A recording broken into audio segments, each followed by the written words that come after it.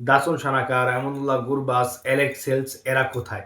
আপনারা অনেকে আমাকে কমেন্ট করেন যে এরা কবে আসবে? দেখেন ভাই, ঢাকা টিমে থেকে কনফার্ম করা হয়েছে যে অ্যালেক্স হেলস যদি আপনার মানে তাদের টিম যদি তারা প্লে অফে খেলে, তখন তারা রাহমানুল্লাহ গুরবাজকে আনবে এবং রাহমানুল্লাহ গুরবাজের টিম আপনার বাদ পড়েছে আইএল টি-20 থেকে। তারপরও কেন আপনার রাহমানুল্লাহ গুরবাজ এখনো টিমে আসলো না? ৩ থেকে ৪ দিনের মতো হয়ে গিয়েছে।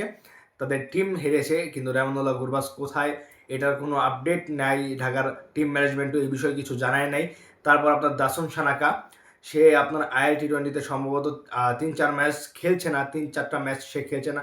সে কোথায়? সে কি শ্রীলঙ্কায় আছে? সে কি আসবে কি না? এগুলো কিন্তু কোনো কিছুই ঢাকা ক্যাপিটালসের টিম ম্যানেজমেন্ট কিছুই কনফার্ম করেনি। এর জন্য কিন্তু সমস্যাটা আরও বেশি হচ্ছে ঢাকা ক্যাপিটালসে।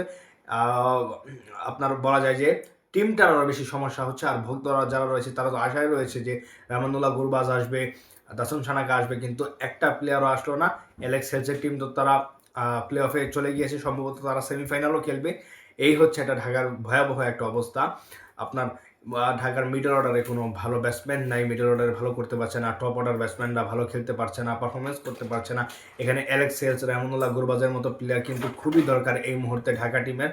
কিন্তু প্লেয়ার তারা কোথায় আছে, কোনো আপডেট তারা জানাচ্ছে না। এই হচ্ছে ঢাকাকে নিয়ে আলোচনা। আপনারা কি মনে করেন?